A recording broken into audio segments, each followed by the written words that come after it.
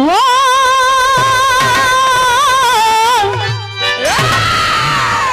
हो समरिया हो भोले बाबा जोगिया हो राम।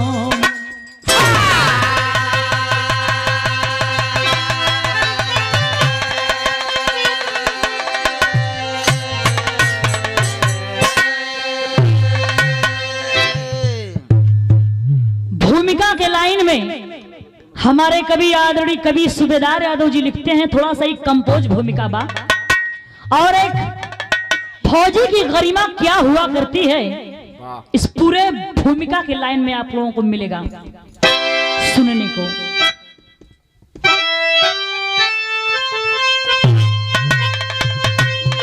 कि फिजिकल में फिट हिट ए बाबू चाहे पढ़ैया मेडिकल भी चाहिए आलीशान।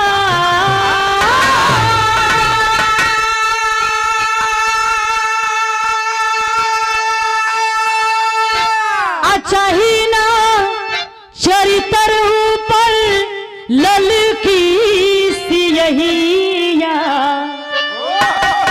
वे होला देश के जवान।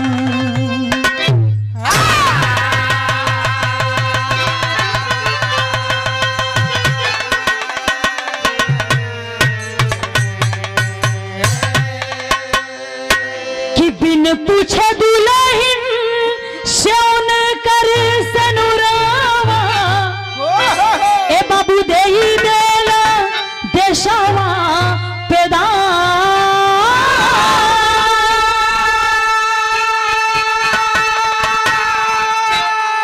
ओढ़ी के तिरंगा कफन आवे घरवा करेला सलाम हिंदुस्तान।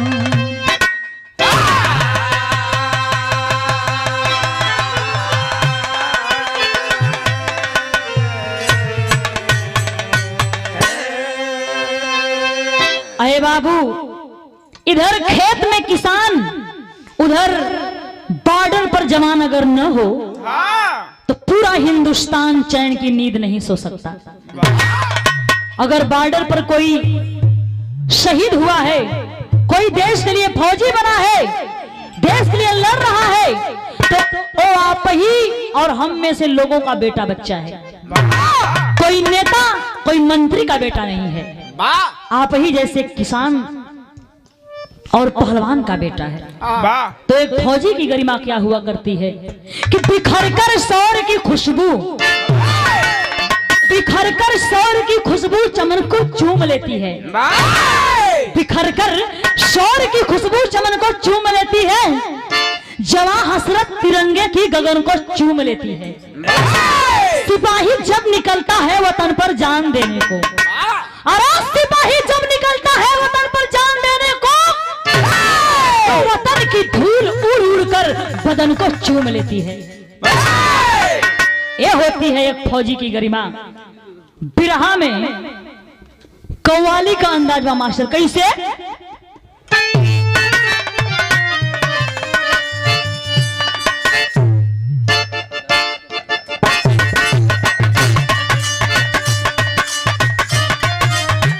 क्या बात है, बहुत अच्छे।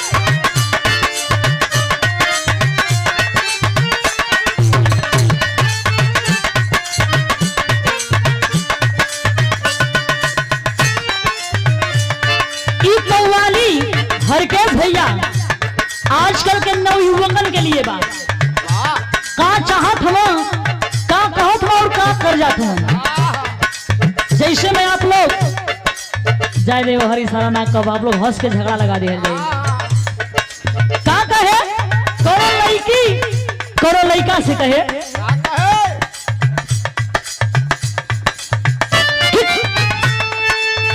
कि कैसे बेशर्म आशिक है ए आज के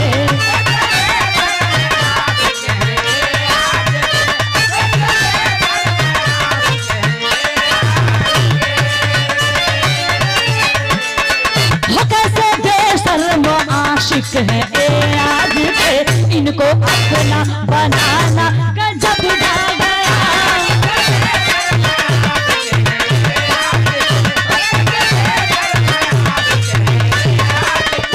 इनको अपना बनाना गजब ढा गया।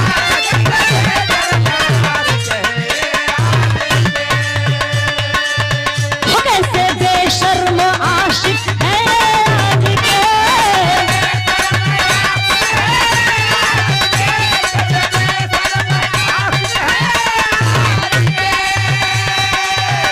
कि कैसे बेशर्म आशिक हैं ये आज के, इनको अपना बनाना गजब ढा गया।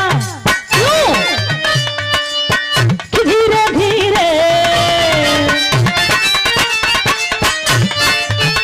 धीरे धीरे कलाई लगे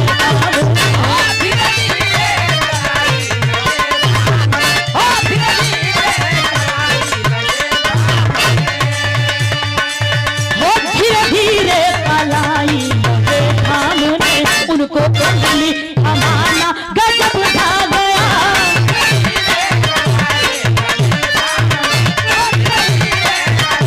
क्या बात है, बहुत अच्छे हो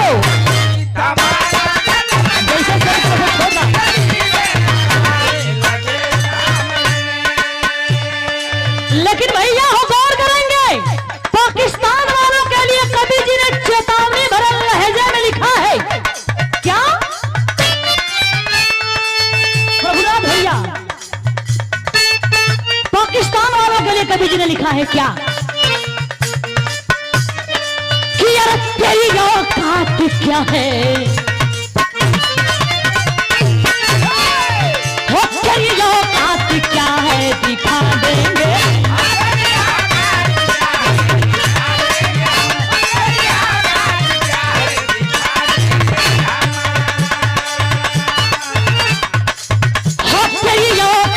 क्या है दिखा देंगे हम, आँख तेरा दिखाना गजब ढा गया।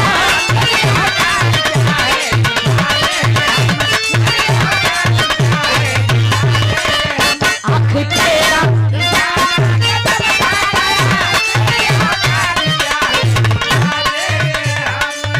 कि तेरी औकात क्या है दिखा देंगे हम, आँख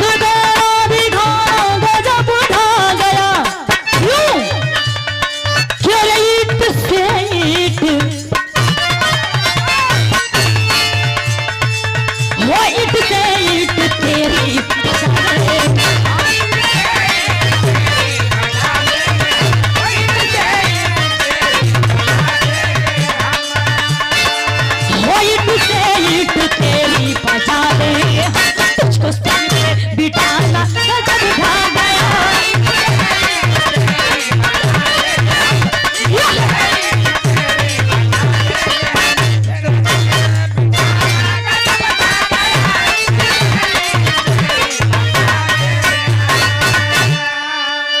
आया बाबू, इस गीत के माध्यम से पाकिस्तान वालों के लिए कवि जी ने चेतावनी भरे लहजे में लिखा है कि अगर पाकिस्तान कश्मीर का राग अपना छोड़ दे, क्योंकि कश्मीर भारत के जिगर का टुकड़ा और तुम भूल जाते हो तो हम तुम्हें तुम्हारी औकात याद दिला देते हैं। कैसे कहले बा जौहरी शहर का अंदाजा मत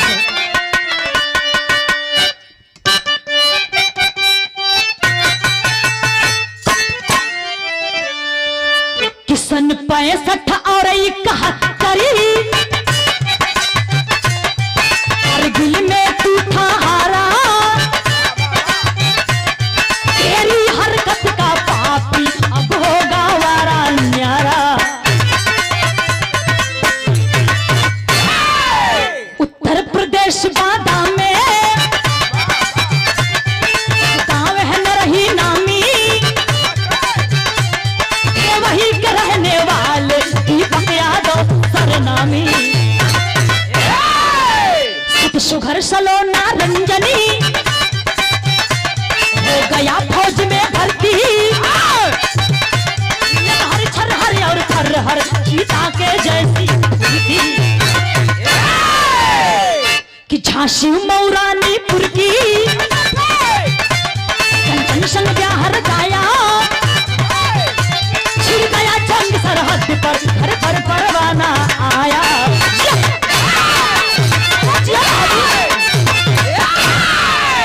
कुछ ऊर्जा बहन हो खातिन बचा के रखा खत्म हो जा 804 वही लिया भैया कहानी कहाँ कबा और कैसन बाई कहानी जितना आगे बढ़ी उतना कहानी सीरियस हो जाए बस आप लोग मन लगा के बिरहा के सुनी तो ये कहानी उत्तर प्रदेश के बांदा जिला के अंदर एगो गांव पड़ेला नरही वही नरही के रहे वाला दीपक यादव जो एक किसान थे जकरे गोद में भगवान 3 ठे औलाद देले रहलन 2 ठे बेटवा और एक बेटी पढ़े लड़का का नाम रहल रंजन जेकर बचपन से ही सपना रहल कि हम फौज का नौकरी करब हम देश का सेवा करब मेहनत से पढ़ाई लिखाई कैलन और भगवान का करिश्मा देखा फौज का नौकरी पा गईलन ड्यूटी करत हुवन तो भैया हो जब केहू के घर में केहू का लड़का बढ़िया पद पर कार्यरत हो जाला तो लगेला सब तिलकहरू लाइन लगावे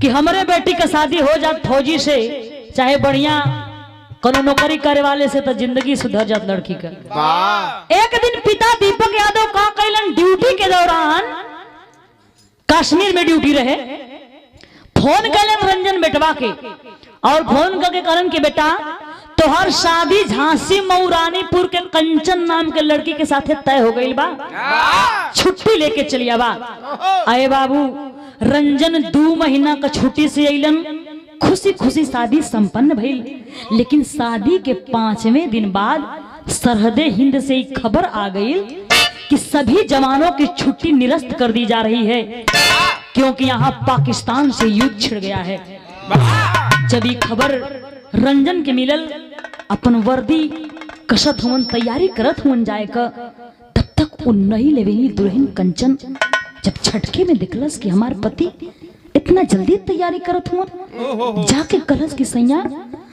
अब तो 2 महीना का छुट्टी से आयल रहा ना फिर 5 दिन के मुलाकात में और इतनी बड़ी जुदाई देके जात हुआ तब रंजन का कैलन अपने पत्नी कंचन का चेहरा अपने हाथ में लेके और बगल में बिठा के और बड़ा प्यार से समझावत हुआ का समझौलन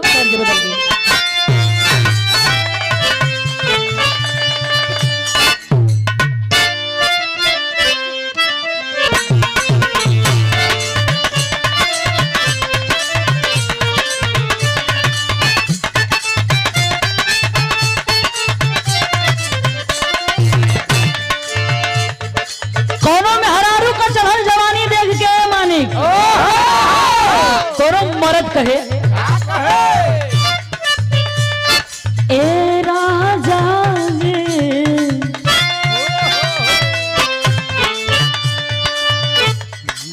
रतिया करानी तुहर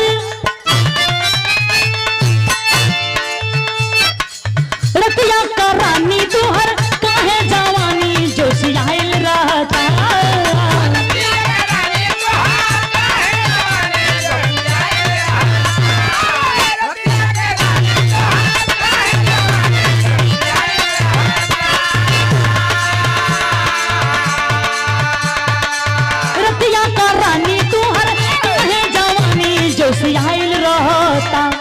मेहरारू कहे बर्दाश्त कैसे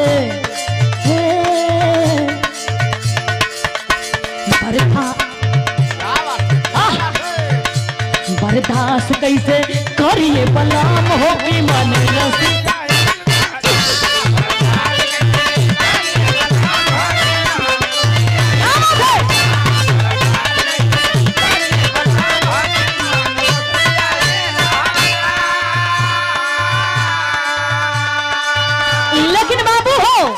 रंजन फौजी अपने पत्नी कंचन के समझावत हुआ कहा समझौला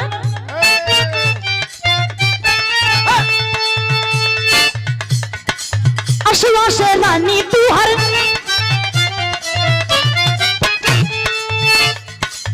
अशवा से रानी तू हर काहे के आंख बढ़ी आइल रहता।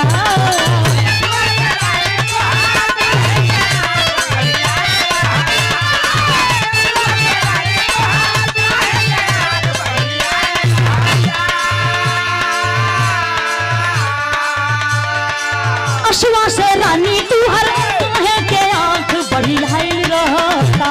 दुल्हन कंचन कहत बा खुशहाल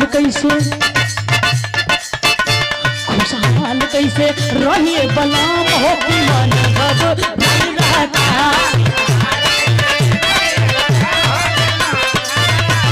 क्या बात है?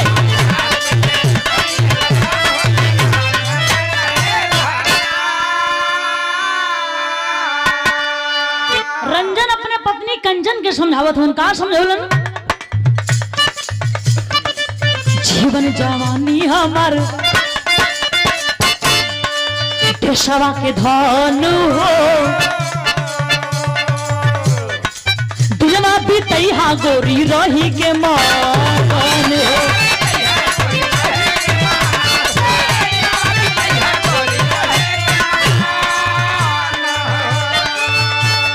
सनुरा तुहार हरदम, सनुरा तुहार हरदम कर के जंग अड़ी आइल रहता।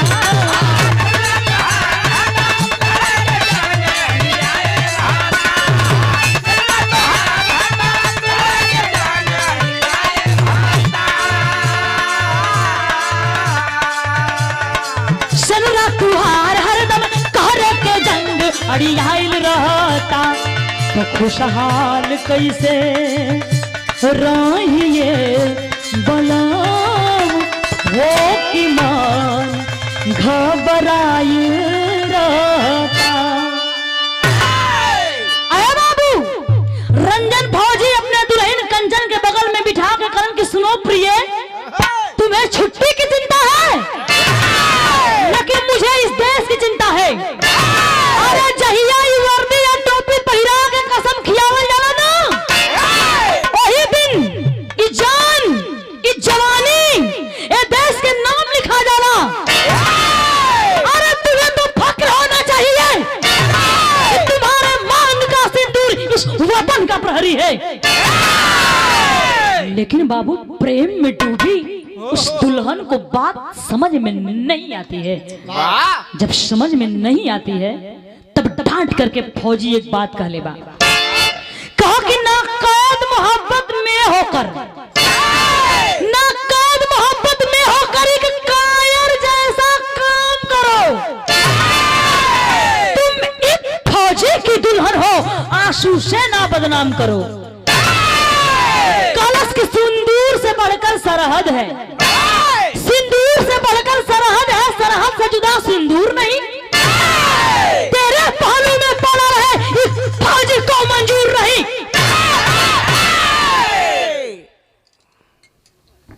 जब इतनी बात कंचन सुनलस, शांत ओकरे प्यार का जौन स्पीड 100 पे रहल, उस लाख से 0 पॉइंट पे आ गई।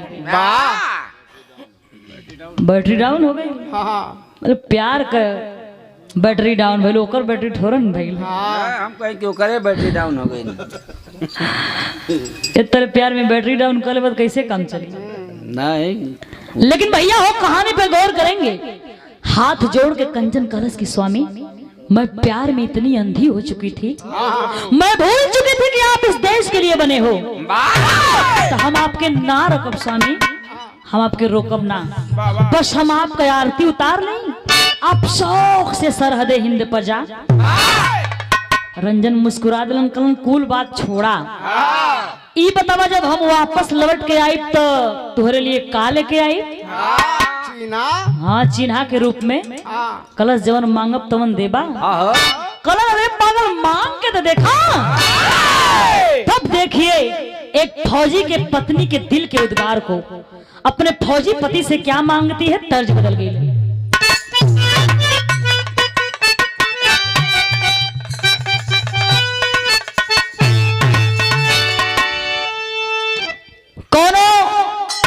लड़की का नया नया गवना भैल,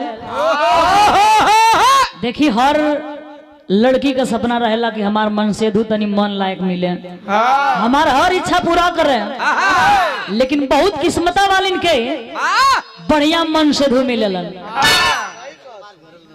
हाँ, कपारे पर कपार न झरल पूरा। देखा तो आजकल तो ऐसन ऐसन हेयर स्टाइल चलता, हाई फ्रेंच कटिंग दाढ़ी चल दिया, हाई पूरा कटवा के हाई मुर्गा का डील बनवा ले। वो कटनिए है। कौन कौन तो शंकर भगवान का मूर्तियां ही बना लेता हूँ कपड़ा में। कटीन है को ई कौन डील हो तो झोर गेल डीलवा ना भैया, तो गोदाम में है। ई प्रचार खातिर ना का, तो तू गोदाम में रखले रहा पर जरूरत ना। लेकिन बाबू हो का कहत बा, तर्ज बदल गेल बा।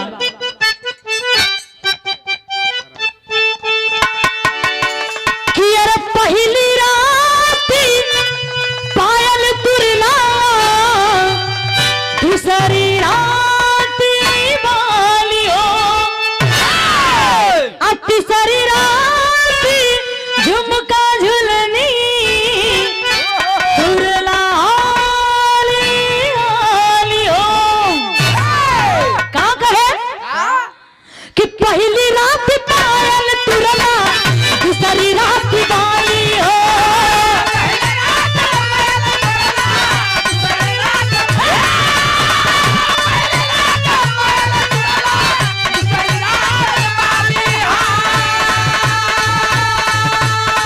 दूसरी रात झुमका झुलनी, दूसरी रात झुमका झुलनी तुरला वालियो।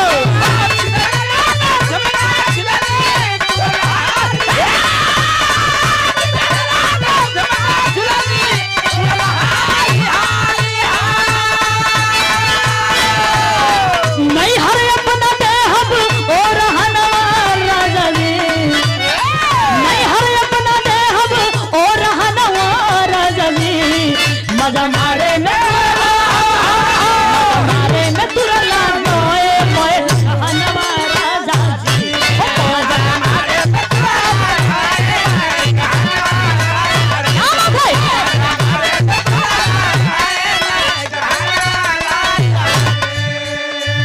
लेकिन आप लोग गौर करेंगे वो फौजी का पत्नी अपने फौजी पति से का मांगत बा। कहाँ करे थोड़ा हो के बढ़ावा। हेलो अम्मा जी के साड़ी चाहिए, बाबूजी के घड़ी हो। अम्मा जी के साड़ी चाहिए, बाबूजी के घड़ी हो।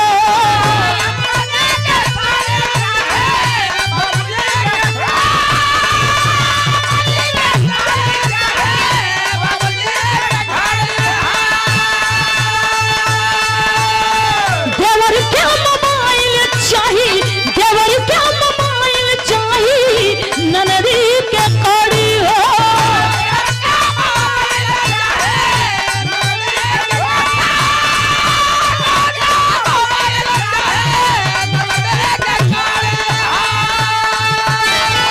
कॉलेज की अम्मा जी के साड़ी चाहिए, बाबूजी के घड़ी हो, देवर के मोबाइल चाहिए और ननदी के कड़ी हो।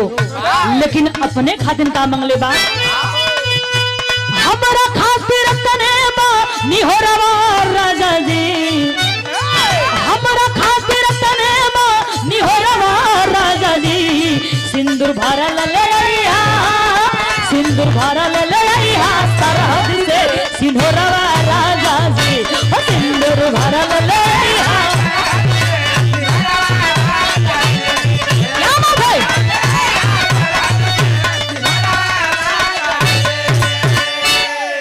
रंजन का कंचन कलश के स्वामी, हमार सिंदूर सरहद से सही सलामत वापस आ जा, ऐसे ज्यादा हम का मांग सकीला।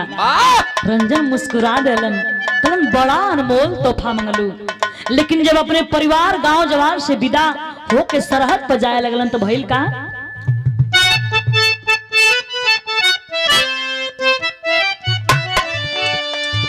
विदा कैल गांव वीर बढ़ले अगाड़ी,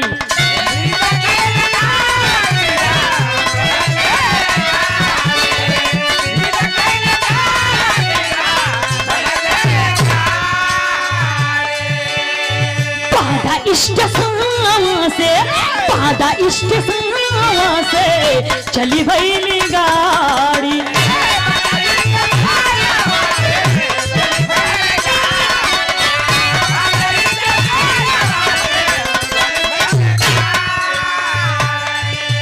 कश्मीर में आइला हो तो सुधरा राजा जी, कश्मीर में आइला हो तो सुधरा राजा जी। सिंदूर भरल ललैया, सिंदूर भरल ललैया, सरहद से सिंदूरवा राजा जी। राजिया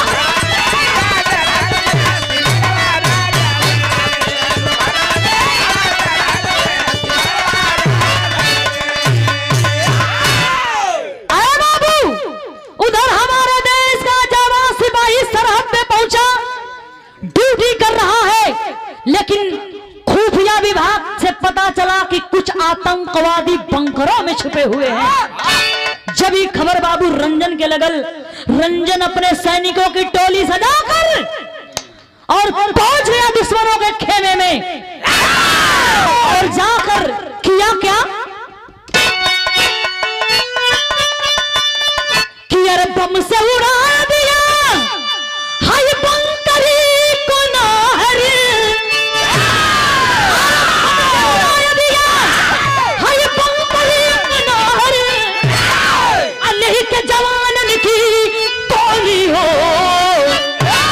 अल्लाह के जवानन की टोली हो, छूटे लागल तना दन गोली हो, छूटे लागल।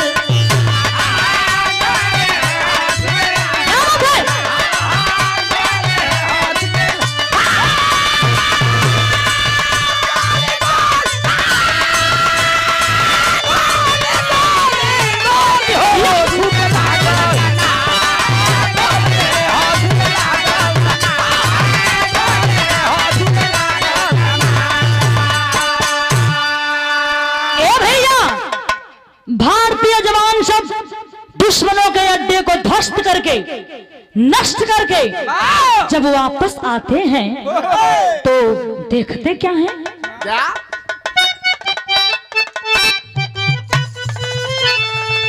कि वापस जवान आइले, रंजन आइले, भइल शहीद सब लोग घबराइले।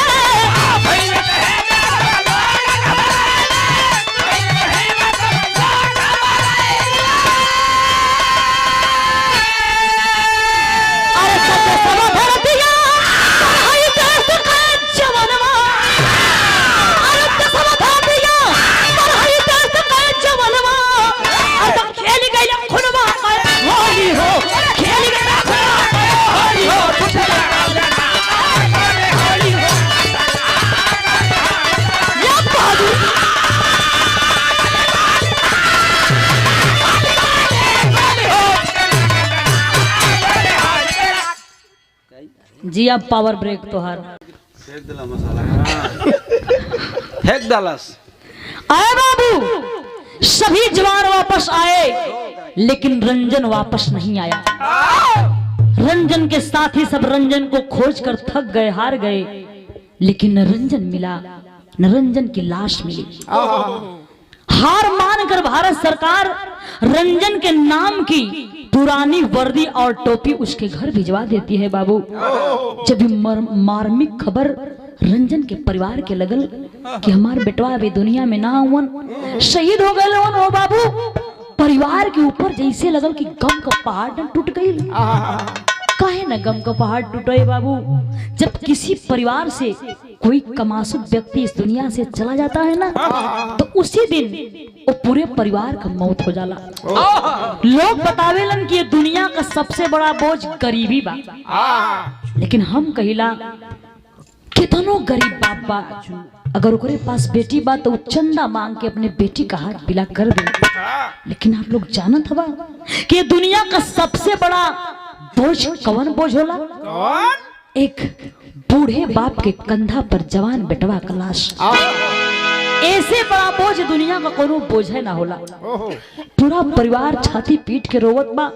वो नई नवेली दुल्हन कंचन जब घरवा में से निकल के आई और सुनलस कि हमार पति रंजन फौजी भी दुनिया में ना हुवन हो बाबू। वर्दिया या टोपिया लेके और झरझर झरझर रोवत बा और रो के एगो बात कहे, का कहे?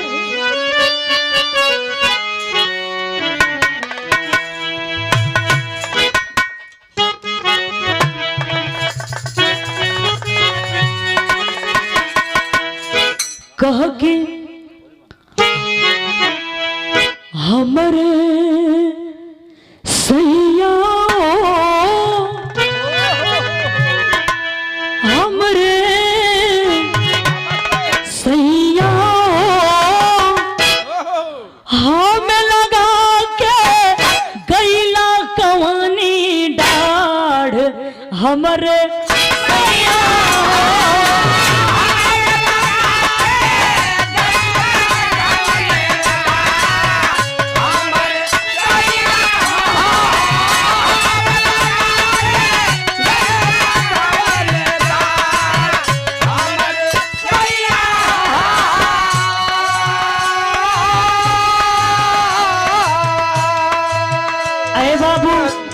दुल्हन कंचन वर्दिया या टोपिया लेके रोवत बा और रो रो के कहत बा कि सैया तुमके हम एगो खुशखबरी देवे वाला रही, बता ना पौली।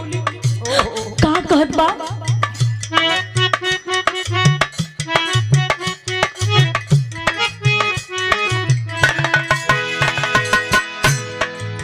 पेट के अंदर पलत बा हमरे सुनीला प्यार तोहर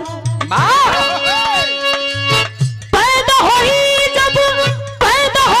जब हमसे पूछी पापा का हमार के हमरे सैया हमरे सैया रे कोख का हमारे कुंवर भइल दुलार हमरे सैया कोख का हमारे कुंवर भइल दुलार हमरे सैया कोख का हमारे कुंवर भइल दुलार हमरे सैया।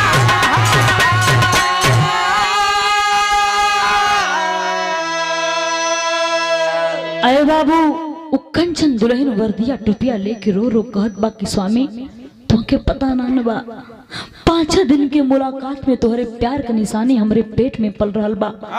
अरे ये तो अभी संसार भी ना देखे पौलस, ओके पहलवा अनाथ हो गई। जब इस संसार में आई सयान हुई, जाने समझे लायक हुई, हमसे पूछी कि मम्मी हमारे पापा कहाँ हुवन, तो हम कवन जवाब देब हो राम। ए बाबू इतना बतिया कही कि फिर धड़ाके गिर गई बेहोश होके। फिर परिवार का लोग पानी का छींटा मारे। जब होश में आती है तो अपने सासू माई के आंचल में मुंह छुपा के और झरझर झरझर रोवत दिया।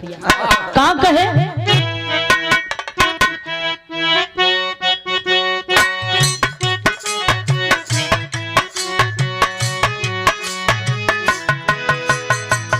रोवे आभागिन धई के ससु कया चरिया भैया ससु कया चरिया हो फूटल का रामवा मार जी जिंदगी बीरान भैली मीनर से नूरवा माई मीनर से नूरवा हो मैया का टूटल पता वार जी 10 लाख रुपया मिली भैलो एला नवाए बाबू भैलो एला नवा हो दीपक के बाप भैसा वार जी। अरे बाबू भारत सरकार ने घोषणा कर दिया कि शहीद रंजन के परिवार को आर्थिक मदद के लिए 10 लाख रुपया दिया जाएगा। जब ये खबर दीपक यादव और शहीद रंजन फौजी के पिता दीपक यादव के लगल तो वो 10 लाख रुपया के लेके उनके मन में लालच और पाप समा गई। सोचत हवन कि अगर ये 10 लाख रुपया हमारे पतोहिया के हाथे में पहुंच गई तो वो लेके फरार हो जाई। दिखत है बेटा वो हाथ से गई आई रुपया हाथ से चल जाई चाहे कलश लिया हुआ यही के रास्ते से हटा दे न रही बांस और न बाजी भैल का तेरी के लाइन में कहना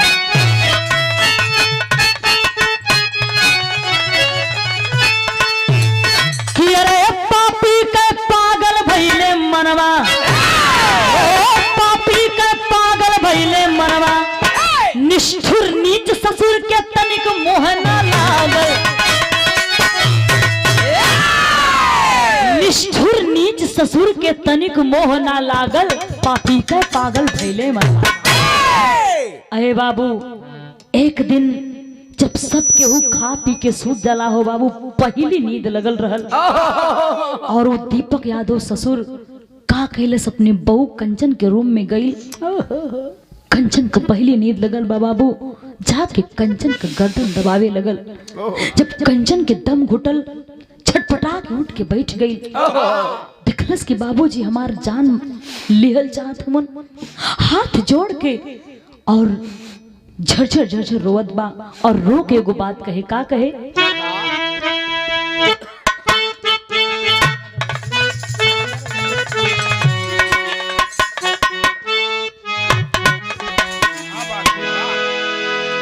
कह कि जिंदा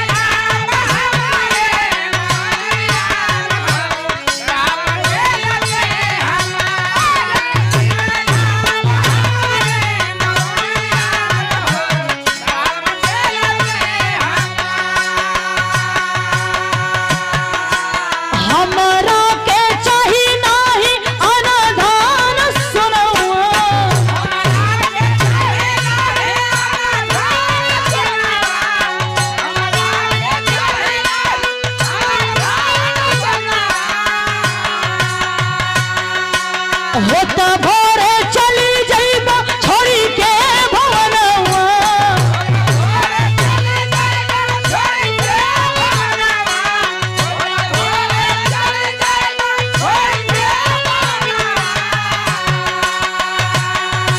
नैहरे में खइबा उबरिया नु बाबू बिनती हमार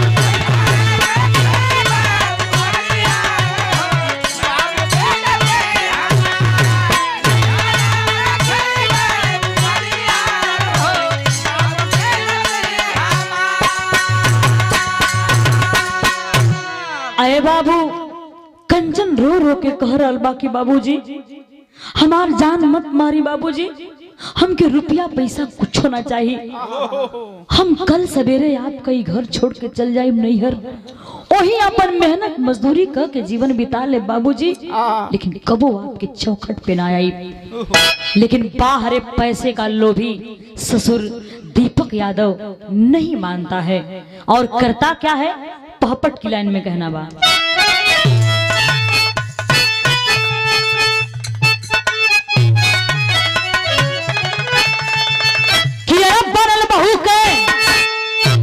बहू के कातिल ससुर गुमनिया परिया बरसेला बनल बहू के कातिल ससुर गुमनिया पनिया बरसेला अब पुल से फेंका गंगा में अभिमनिया परिया बरसेला।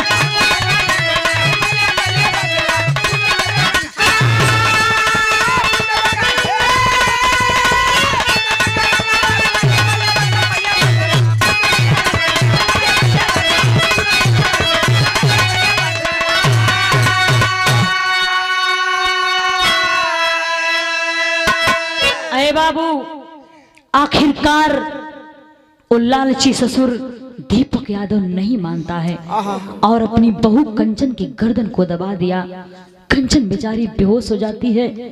बेहोशी हालत में ही परिवार के और सदस्य मिलकर और ले जाकर नदी में पुल के नीचे फेंक देते हैं बाबू। यहाँ की बात यही छोड़े, वक्त बीतता गया और बीतत बीतत कितना समय बीत गई? 20 साल का समय बीत गई। तब 20 साल के बाद में रंजन पाक्ष घर में आइले हो, सब आइल कंचन ना आइली, हाय नैना रतन लगवले हो।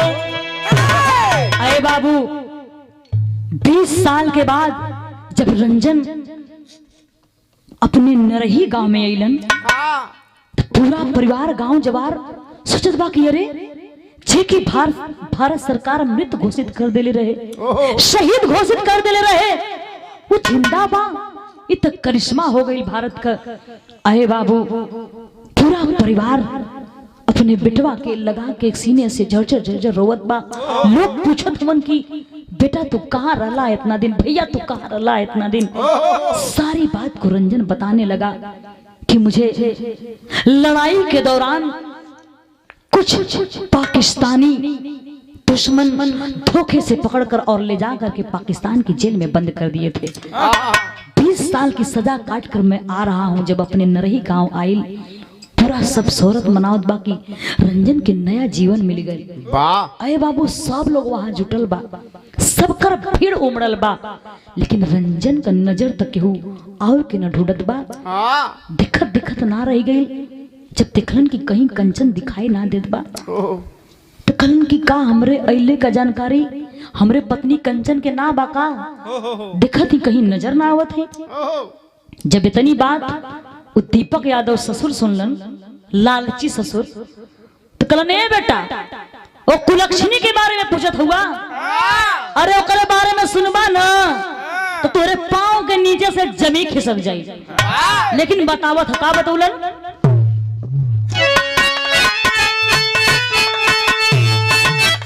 कि अरे मौत के तुहरे पाके खबर पपनिया पनिया बरसेला, कि अरे मौत के तुहरे पाके खबर पपनिया पनिया बरसेला, आ केहू साथ ले भागल सोना पनिया पनिया बरसेला।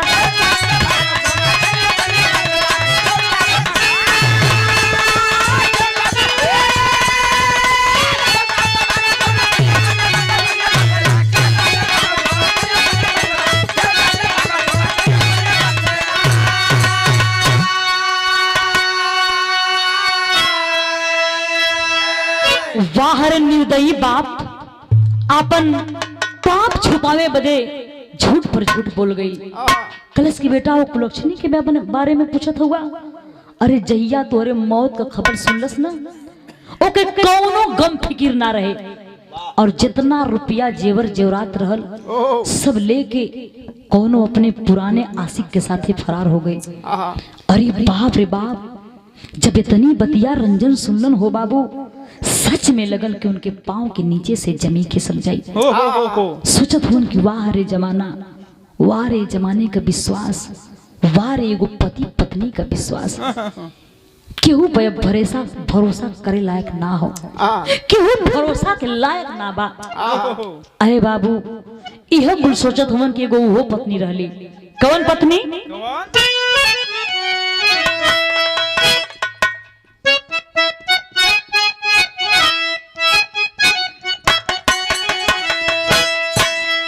हाय राम एही देशवा में,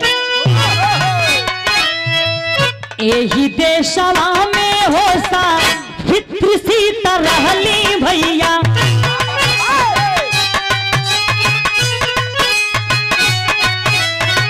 धर्म के पता का गईली जग में फहरा,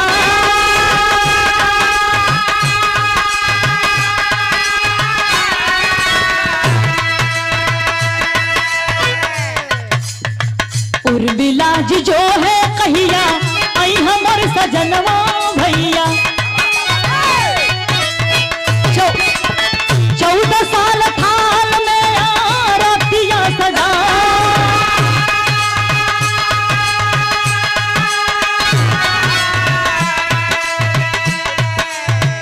चल कुछ न से बचल कुछ न से सबेसा फैल जोगिया के बाबू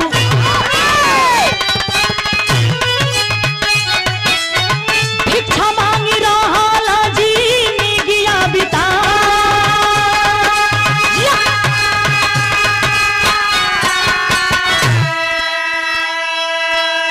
अरे बाबू रंजन सोचत हुन की वाह रे जमाना एक ठे वो पत्नी रहली सावित्री जो अपने पति सत्यवान के प्राण यमराज से छीन लेली। एक ठे वो पत्नी रहली उर्मिला जब मर्यादा पुरुषोत्तम श्री रामचंद्र जी के साथ उनके अनुज भाई लखन 14 वर्ष के वनवास उनके साथ चल गईलन। तो लखन का पत्नी उर्मिला अपने पति लखन के याद में दरवाजे पर आरती लेके उनका राह देखता रह गेली। अरे गो हमार पत्नी अरे बाबू वहीं से रंजन का मन दुनिया के मोह माया से भंग हो गई। मरता क्या न करता का कैलन सरंगी लेहलन गुदड़ी लेहलन और जोगी रूप बना के गली गली शहर शहर भिक्षा मांग के अपन जीवन बितावे लगलन। बाबू एक दिन भिक्षा मांगत मांगत पहुंचल कहाँ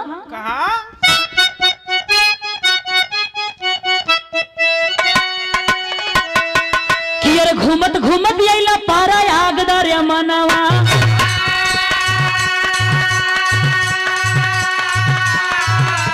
घूमत घूमत आइला पारा आगदार मनवा कुंभ का नहान करब दिल में गई लया अरे तर्रे लगे लाइन पर पाला की हर चाहे जन्मा तोड़ करके जोगी लिया जन्मा बचाए रखा।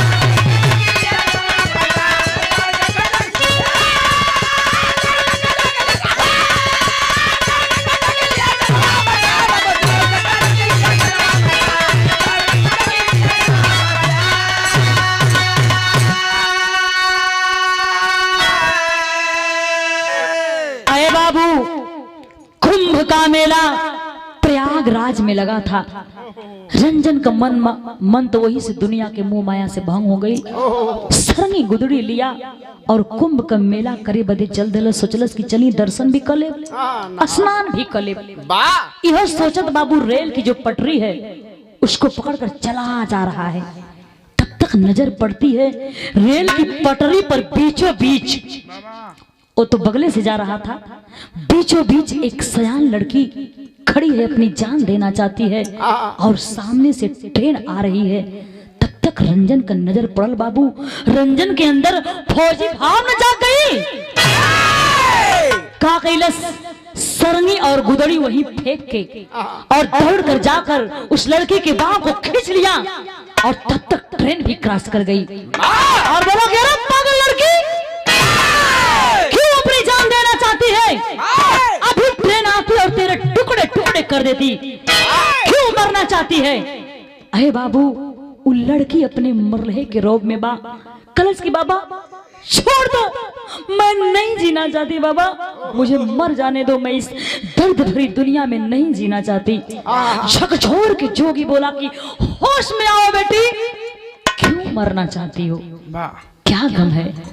तब वो लड़की बतावे लगल कि बाबा जानल चाहत हुआ कि हम अपन जान काहे देते हमके होश तना बाबा लेकिन हमरे मम्मी बतावे ले कि जब हम उनके पेट में रहली हमार पिताजी एक फौज के जवान रहलन जेकर नाम रंजन रहल जो लड़ाई के दौरान सरहद पे शहीद हो गए बाबा जेकर लसियो ना मिलल।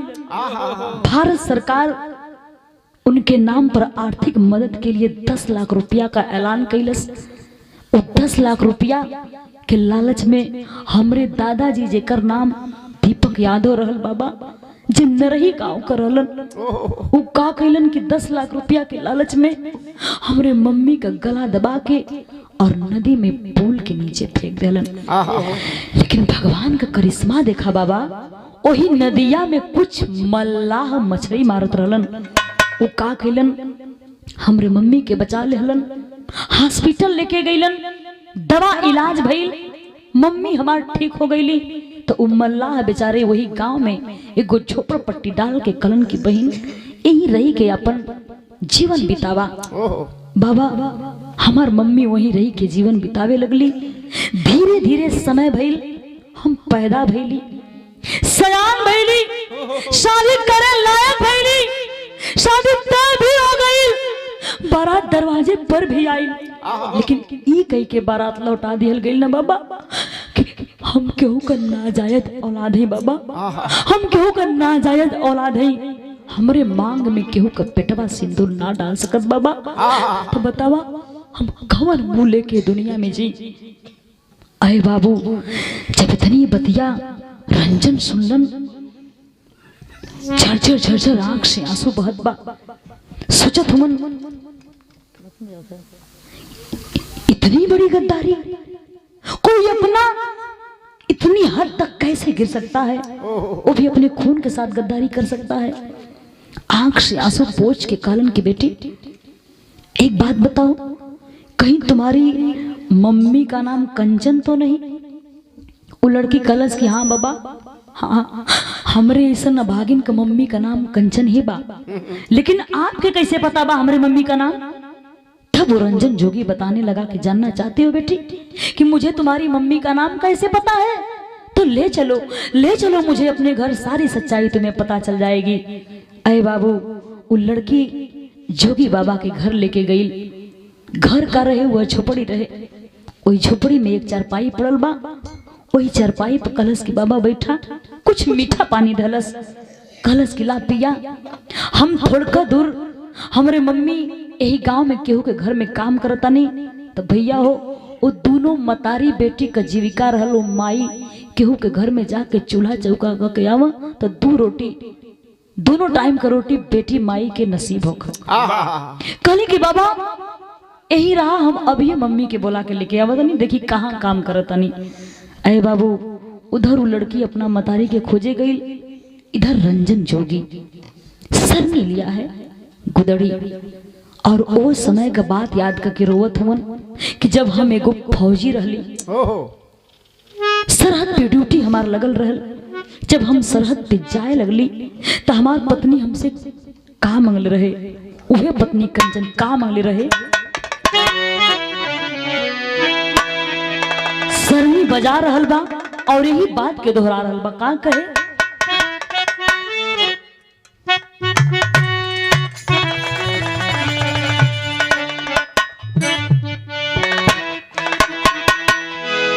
कहो कि अम्मा जी के साड़ी चाहिए, बाबूजी के घड़ी, वो देवर के मोबाइल चाहिए, ननदी के कड़ी हो। लेकिन वो पगली अपने खातिर का मंगले रहे कि हमरा खातिर तने बा निहोरवा राजा जी, हमरा खातिर तने बा निहोरवा राजा जी, सिंदूर भरल लैया, सिंदूर भरल लैया, सरहद से सिंहरवा राजा जी।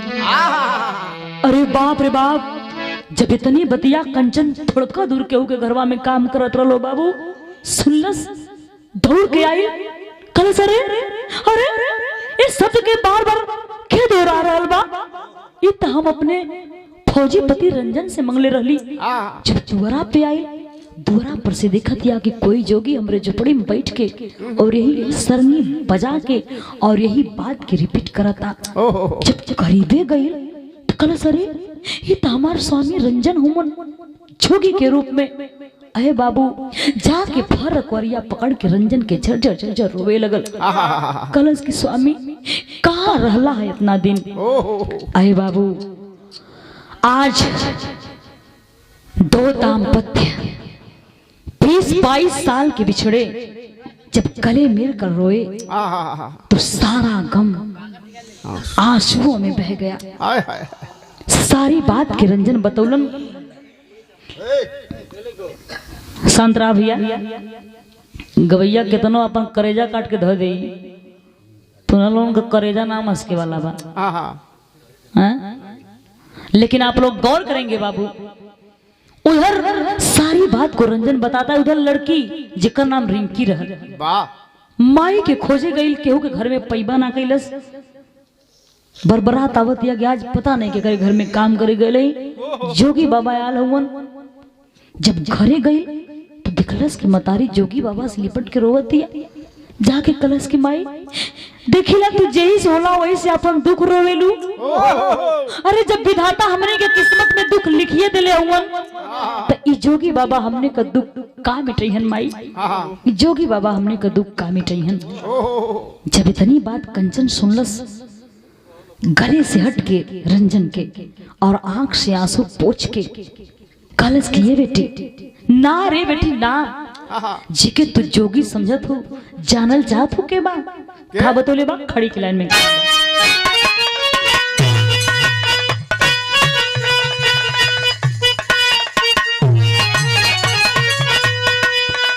बढ़ जाए मालिक,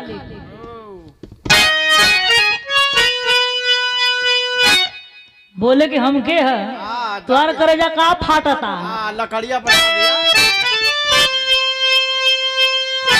कहा कि जी भर के तू लेवेदा निहार बिटिया, और जी भर के तू लेवेदा निहार बिटिया, तो जोगी भेसवा में बाबूजी तुहारी बिटिया।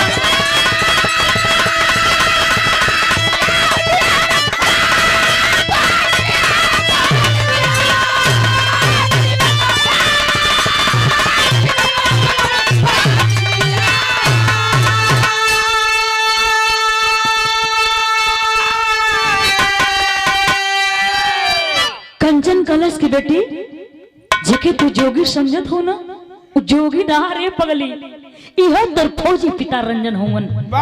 अरे बाप जब इतनी बात तू रिंकी लड़की सुनलस, जाके अपने पिता के गले से लग के जल रोवत बा और कहत बा कि बाबूजी हम तो सोची कि हमरे सिर से बाप का साया उठ गई बा, लेकिन आप जिंदा हवा लौट के आ गईला।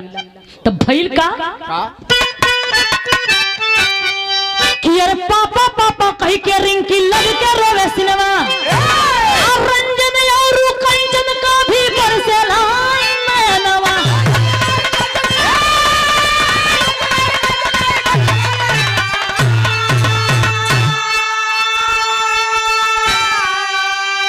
तो सब ही आइल बाबा के मझार बिटिया, तो जोगी भेसवा में बाबूजी तुहार बिटिया। अरे बाबू रंजन आज अपनी पत्नी और अपनी बेटी को पाकर भगवान का लाख लाख धन्यवाद दे रहा है कि भगवान हम कुंभ नहैले का फल तत्काल दे देहलन। तो भैया हो जे सच्चे मन से भक्ति भजन करेला, चाहे वो छठी माई का भजन होगा, चाहे दुर्गा जी का, चाहे काली का, चाहे शारदा का, चाहे डी काली के, जितना भी देवी देवता हूँ, जे सच्चे मन से आस्था रखेला ओकर मनोकामना जरूर पूर्ण होला। अपने पत्नी और अपनी बेटी को फिर लेकर पहुंचा अपने नरही गांव, अपने घर। जब घरे पहुंचलन, परिवार के लोग रंजन के जोगी रूप में देखलन और जोगी के पीछे कंचन के देखलन, कंचन के पीछे एक लड़की के देखलन। तो परिवार के चेहरा पर का हवाइया उड़ गई, और सबसे ज्यादा हवाइया के कर उड़ल बाबूजी दीपक यादव का। कहलन अरे एक तो हमने मार दिले रही, ये जिंदा कैसे बा? अरे बाबू रंजन अपने पिता के चेहरा के पढ़ लेलन। कहलन बाबूजी आप लोग यह नहीं सोचत होबा कि हमार परिवार कैसे जिंदा बा, तो हम आप लोगों से कौनो शिकवा शिकायत ना करब, लेकिन हाँ हमारे दिल का एगो सवाल बा बाबूजी, खास तोहरे लिए। का तू जवाब दे सकेला? कौन सवाल बा? कहो कि अरे दशरथ जी राम खातिर दे दिहला जनवा, अब पैसा बाटे बाबू अपन खो दिहलाई मनवा।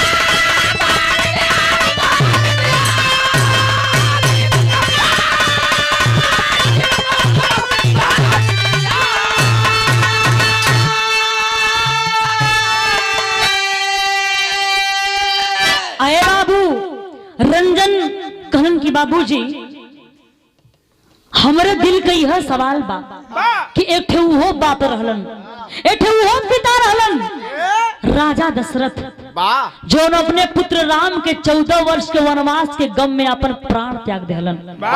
एगो तुहू बापा हवा कि 10 लाख रुपया के लालच में अपने खून के साथ गद्दारी कर देला, तो तोहरे ऐसा लोगन के आगे 10 लाख रुपया बड़ा कम बा। हाई हमार जितना सर्विस का कमाई बस सब कुछ अपने साथ रखला, बस हम यही बदे आए रही है। अहे बाबू, दीपक यादव पिता को वही अपने गलती का एहसास हुआ, हाथ जोड़ के अपने बेटवा रंजन से माफी मांगत हूँ। उनके बेटा, मुझसे बहुत बड़ी गलती हो गई, मुझे माफ कर दो, छोड़कर मत जाओ घर। ए धन दौलत, एक खेती बाड़ी, एक घर द्वार, सब कुछ तुम्हारा ही तो है। रंजन कलश की ना बाबूजी, हमारा हक हिस्सा जौन बा हमरे भाई बहन के दे दिया, वैसे हमने तुम्हारे लिए मरी चुकल है। हमके कुछ ना चाहिए, भीख मांग के अपने परिवार के लेके कहीं जाके जीवन बिता ले, लेकिन तुम्हारे चौखट पे कबो ना आई।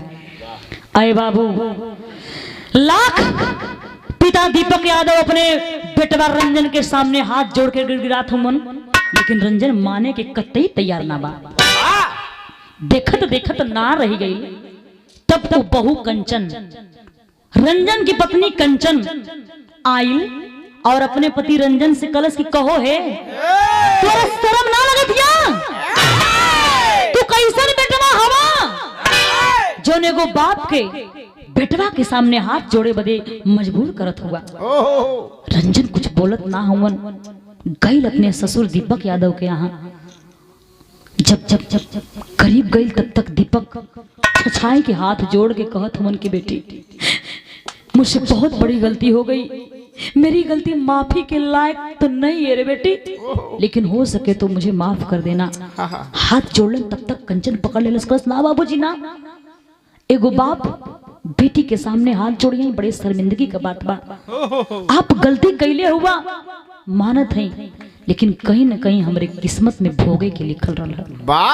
बाहर है वो वीरांगना, बाहर है भारतीय नारी, जिस परिवार ने अपने जानत भर में कंचन के जिंदा ना छोड़लस, फिर से वही कंचन, वही औरत, वही बहू, वही पत्नी, वही बेटी उसी परिवार को एक धागे में मोती की तरह पिरोकर, एक मोती को धागे में पिरोकर फिर से नया जीवन जीने का संकल्प ले लिया। तो यही विरहा विराम लेती है। लास्ट लाइन में कहना बा,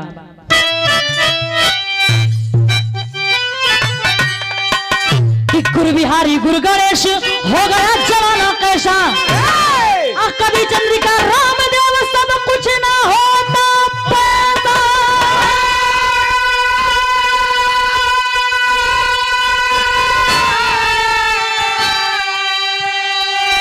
अरे बाबू, पैसा बहुत कुछ होला, लेकिन सब कुछ ना हो सकत। पैसे से आप महंगा बिस्तर खरीद सकते हैं, लेकिन नींद नहीं, सुकून नहीं, चैन नहीं। पैसे से आप किसी को अपने बस में कर सकते हैं, लेकिन उसके स्नेह को नहीं, उसके प्रेम को, उसके दिल को नहीं। यही लिए कहना बाका